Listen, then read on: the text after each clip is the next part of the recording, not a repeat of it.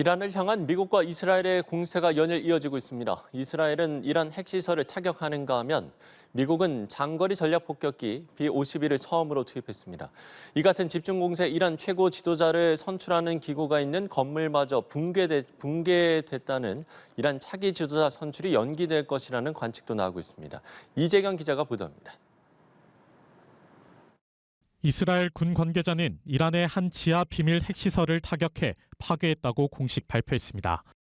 이곳에서 핵 분야 과학자들이 핵무기 핵심 부품을 비밀리에 개발해온 것으로 추정된다고 설명했습니다. אנחנו ממשיכים לפרק ולהעמיק את הפגיעה בכלל מערכי הליבה של משטר הטרור. לפני מספר שעות, צה"ל תקף והשמיד את מפקדת הגרעין החשאית מין זדאי. 미국은 앞서 침묵의 암살자로 불리는 B-2 스텔스 폭격기를 이란 공습에 투입한 데 이어 이번에는 장거리 전략 폭격기 B-52도 투입했습니다. B-52는 지하시설 정밀 관통탄인 벙커버스터를 탑재할 수 있어 이란 핵시설을 향한 공세 수위를 더 높이는 분위기입니다. 미국은 이 같은 폭격기를 동원해 이란 공습작전 시작 72시간 만에 이란 지역 1,700개가 넘는 목표물을 공격했다고 밝혔습니다. 미국과 이스라엘의 대대적인 폭격에 이란의 최고 지도자를 선출하는 전문가 회의 청사 건물도 붕괴됐습니다. 계속된 폭격에 전문가 회의 위원들의 안전을 우려해 차기 지도자 선출을 다음 주로 미룬다는 관측이 나옵니다. 후계자가 공식 발표되면 미국과 이스라엘의 표적이 될 수 있다는 우려 때문으로 보입니다. 반면 이란의 반관영 통신 매체는 전문가 회의에서 화상으로 최고 지도자 선출을 논의하고 있으며 선출 최종 단계에 접어들었다고 보도했습니다. 뉴욕타임스는 차기 지도자로 사망한 하메네이의 차남 모즈타바 하메네이가 유력하게 검토되고 있다고 보도했습니다. 사망한 하메네이는 자신의 고향이자 시아파 성지인 마슈아드에 묻힐 예정이며 이에 앞서 수도 테헤란에서 대규모 연결식이 열릴 것으로 알려졌습니다. 연합뉴스TV 이재경입니다. 미국의 핵개발 차단을 명분으로 이란을 공습한 가운데 이란이 보유한 대규모 농축 우라늄의 행방은 묘연한 상태입니다. 혼란을 틈타서 핵기술이 유출되는 등 핵 확산 위험이 되레 커지는 게 아니냐는 우려가 나오고 있습니다. 문수국 기자가 보도합니다. 이란이 보유한 60% 농축 우라늄은 약 440kg, 90% 이상으로 추가 농축할 경우 핵무기를 최대 10개까지 제조할 수 있는 막대한 양입니다. 이 우라늄은 지난해 6월 미국의 이란 핵시설 폭격 당시 이스파한 지하 터널에 보관돼 있었지만 이후 소재가 확인되지 않고 있습니다. 국제원자력기구 역시 현재 위치나 상태를 파악하지 못하고 있습니다. Efforts to contact the Iranian nuclear regulatory authorities through the IEC continue with no response so far. 미국은 이번 공습이 이란의 핵 개발 능력을 뿌리 뽑기 위한 선택이었다고 강조했지만 The purpose of this is to destroy that missile capability, that no one can do anything about their nuclear program. 핵심 핵 물질의 행방이 확인되지 않은 상황에서 향후 핵 감시는 더욱 어려워질 수 있다는 지적이 나옵니다. 이란 정권이 붕괴할 경우 중앙 통제력이 약화하면서 핵 기술이 무장단체로 유출될 가능성을 배제할 수 없다는 겁니다. 미 싱크탱크 스팀슨 센터의 리처드 쿠핀 연구원은 하마스, 헤즈볼라 등 이란 대리 세력이 이란의 우라늄 농축 원심 분리기를 전용할 가능성을 배제할 수 없다라고 우려했습니다. 이란 체제가 유지되더라도 상황은 안심할 수 없습니다. 이란이 핵만이 생존 수단이라는 판단 아래 더 깊은 지하에서 은밀한 개발에 나설 수 있기 때문입니다. 협상 국면에서 군사 공격이 단행되면서 미국의 외교적 해법의 신뢰가 약화된 만큼 적대국이 핵을 협상 카드로 활용하기보다 신속한 핵무장 전략을 택할 가능성이 커졌다는 분석도 나옵니다. 연합뉴스TV 문승욱입니다. 미국, 이스라엘과 이란의 전쟁 여파가 중동 전역으로 확산하고 있습니다. 미국 공습 이후 이란의 무차별 보복 공격이 이어지면서 유럽 주요국들까지 중동 내 자국민 보호와 영내 안정을 위한 대응 방안 검토에 나섰습니다.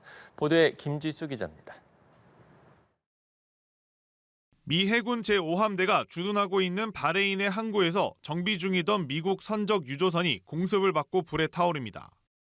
미국과 이스라엘은 대이란 공격을 이어가며 테헤란 등 곳곳의 기관과 병원 등에 공격을 가했고 이에 맞서 이란은 영내 아랍 국가들에 있는 미군 기지와 이스라엘군 본부에 공습을 이어갔습니다. 특히 중동 최대 규모의 사우디아라비아 라스타누라 정유시설의 무인기 공격이 가해진 것은 걸프 국가들의 충격을 안겼습니다.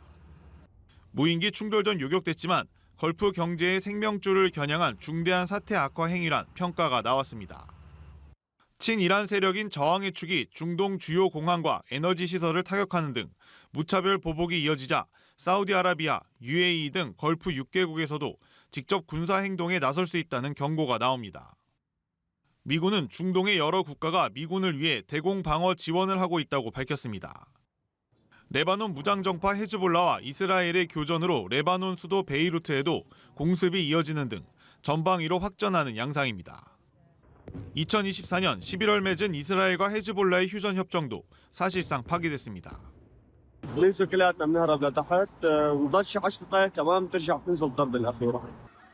군사 개입에 선을 긋던 유럽도 전쟁의 영향권 안에 들어가고 있습니다. 영국, 프랑스, 독일 정상은 공동 성명을 내고 영내에서 이익을 방어하기 위한 조처를 할 것이라며 이란의 미사일, 드론 발사 능력을 발원지에서부터 파괴하는 것까지 여기에 포함될 수 있다고 밝혔습니다. 연합뉴스TV 김지수입니다.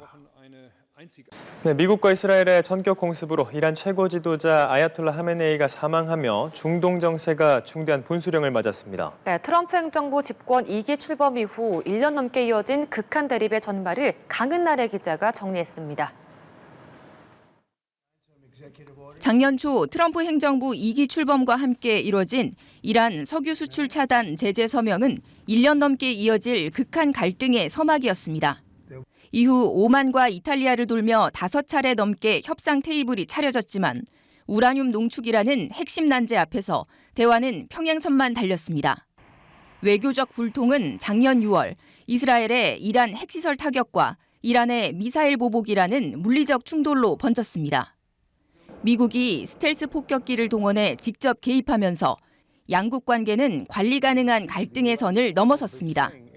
이어 이란 내부에서 경제난에 지친 민심이 폭발하며 정권은 안팎으로 벼랑 끝에 몰렸습니다.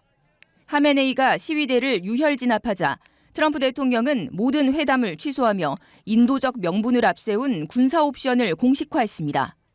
지난달 초 핵 추진 항공모함 전단이 중동에 집결하면서 압박 수위는 심리전을 넘어 실전 직전까지 치달았습니다. 지난달 19일 트럼프 대통령은 열흘간의 시한을 던지며 외교로 나갈 수 있는 이란의 마지막 외교적 퇴로를 제시했습니다. 하지만 최종 제네바 협상마저 빈손으로 끝나자 미국과 이스라엘은 하메네이 거처를 정밀 타격하는 전공법을 택했습니다. 최고 지도자 하메네이를 비롯해 군부 수뇌부가 대거 몰살된 이란은 성지 고매, 복수를 상징하는 붉은 깃발을 올렸습니다. 이란의 반격과 이스라엘의 추가 공습이 실시간으로 교차하면서 전면전 우려가 커지는 상황. 중동 정세는 한 치 앞을 내다볼 수 없는 거대한 분수령을 맞았습니다. 연합뉴스TV 강은나래입니다. 네, 미국과 이스라엘의 이란 공습 이후 중동 정세는 거대한 변곡점을 맞고 있습니다. 중동에서 이란을 중심으로 한 이른바 저항의 축이 약화하고 대신 이스라엘 중심의 일극 체제로 재편되고 있다는 분석입니다. 장효인 기자입니다. 이란은 미국과 이스라엘의 공격이 본격적으로 체제 전복을 목표로 했다고 판단하고 중동 전역에 영향을 미칠 최고 수위의 대응을 이어갈 걸로 보입니다. 중동 반미 진영의 지주격인 이란 최고 지도자 하메네이가 사망했다는 점에서 이번 중동 사태의 충격파는 과거와 비교하기 어렵습니다. The Trump administration most likely wants a regime transformation outcome here. That now, with the elimination of the supreme leader, whoever emerges on the top, they would accept U.S. terms, capitulate, and start doing U.S.'s bidding without necessarily regime change. 다만 이란 신정 통치에 대한 국민의 신뢰는 깨졌고 군사력의 핵심인 혁명수비대 역시 역량이 크게 약화했다는 평가가 많습니다. 이란의 자금과 무기에 기반해 강력한 영향력을 행사했던 저항의 축으로 불리는 레바논 무장정파 헤즈볼라, 이라크 민병대, 팔레스타인 하마스 등 반서방 동맹도 세력이 크게 위축된 상황입니다. 강경한 반미, 반서방 노선을 포기하지 않는다면 이란은 최소한 트럼프 정부 동안엔 미국의 정기적 폭격을 각오해야 한다는 전망도 나옵니다. 이란의 차기 리더십이 내부 권력 다툼과 미국의 계속된 군사 공격으로 국정 장악력을 잃게 되면 중동의 안정성엔 치명타가 될 수도 있습니다. So a lot of questions here, and for sure the Islamic Republic, if it survives this round of conflict, still will be in uncharted territory. 만약 이란이 혼란의 과정을 제대로 수습하지 못한다면 중동 지역이 이란과 사우디 두 축이 아니라 이란 공습으로 군사력과 정보력을 입증한 이스라엘 1국 체제로 재편될 수 있다는 전망이 나옵니다. 연합뉴스 TV 장효인입니다. 도널드 트럼프 대통령이 이란에 대한 공격이 최대 4주간이라고 예고한 가운데 대화 가능성을 언급하면서 출구 찾기에도 나선 모습입니다. 전쟁이 자칫 장기화할 우려가 큰 데다 미국 내 여론도 부정적이기 때문입니다. 트럼프 대통령의 다음 선택지는 어떤 게 있을지 최지원 기자가 보도합니다. 트럼프 대통령은 일단 목표 달성까지 이란에 대한 공격을 이어가겠다는 공식적인 입장을 내놨습니다. 하지만 이번 사태가 장기화의 수렁에 빠지는 건 트럼프 대통령에게 큰 부담일 수밖에 없습니다. 대외 군사 개입을 최소화하려는 트럼프 2기 행정부의 외교 기조와도 배치되는데 이 때문에 이란군 수뇌부를 어느 정도 제거했다고 판단하면 이란과 대화에 나설 것이란 관측입니다. 실제 트럼프 대통령은 이란 공습 직후 언론 인터뷰에서 그들은 대화를 원하고 나도 동의했다며 이란의 새 지도부와 대화할 것임을 시사했습니다. 미국 내 여론이 호의적이지 않은 점 역시 압박 요인입니다. 트럼프 대통령은 이번 작전이 미국에 대한 위협을 제거하기 위해서라고 거듭 강조해왔습니다. An Iranian regime armed with long-range missiles and nuclear weapons would be a dire threat to every American.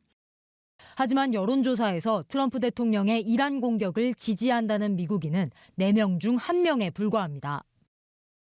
응답자 중 반이 넘는 이들은 트럼프 대통령이 군사력을 너무 쉽게 사용하려 한다고 했습니다. 중동 봉쇄 장기화로 인한 기름값 상승 등도 중간 선거를 앞둔 트럼프 대통령에게 정치적 부담입니다. 사태 장기화는 길게 보면 핵 확산까지 부를 수 있는데 이는 곧 동아시아 정세 관리에도 부담이 될 수 있습니다. 미국이 북한에 대한 정권 교체를 언급하진 않았지만 하메네이 사망을 지켜본 북한으로서는 더욱 핵에 몰두할 수밖에 없게 됐다는 우려도 나옵니다.